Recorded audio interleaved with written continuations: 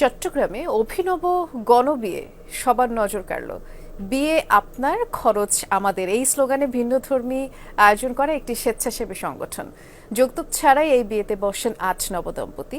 কোনো উপহার নেননি, নগদে পরিশোধ করেন দেনমোহর, এবং এই আয়োজনে কোনো কমতি ছিল না।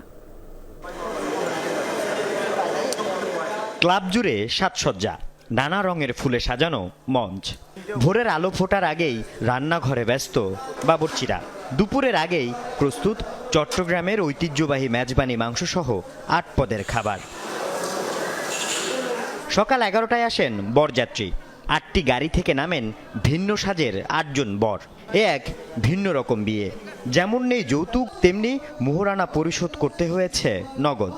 প্রতিটি দম্পতির পরিবারের ১০০ জন আমন্ত্রিত। সবকিছুই হয়েছে বিনা খরচে, নেওয়া হয়নি কোনো উপহারও। এমনকি নব দম্পতিদের জন্য আছে কক্সবাজারের হানিমুন প্যাকেজও।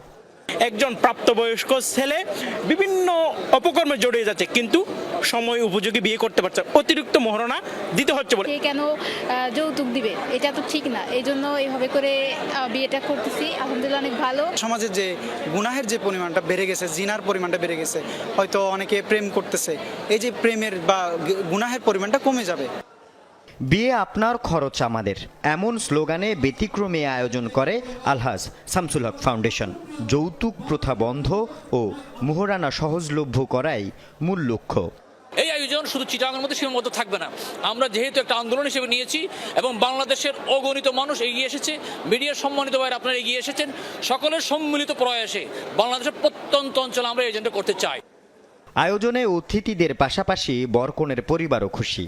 বিয়েতে তো 5 লাখ টাকা লাগবে, 10 লাখ টাকা লাগবে, তাতে ধরো এখানে পয়সাও জন্য করে। ওর সময় শুধু করিয়ে নেই যাই একটা বিয়ের অনুষ্ঠানের জন্য, কিন্তু এখানে তো মেয়ের বাবা বলতেও পারে না যে আমার মেয়ের বিয়ে আজকে। নগদ দেনমোহর 500 টাকা হইতে পারে। ইসলামে কোনো, আমি কোনো আলেম এবং ডাক্তার, কোনো বাধা নাই। নগদ যা দেয় তাই দেনমোহর। তো এটা হইলে আমাদের সমাজে আর কোনো মা, কোনো বোন এরকম আপনার অভিভাবক থাকবে না। ভোজন শেষে বিদায় পর্বে কনেকে বরের হাতে তুলে দেন মা বাবারা। তাদের সুন্দর ভবিষ্যৎ কামনা করেন সবাই। আল আমিন শিকদার, যমুনা নিউজ, চট্টগ্রাম।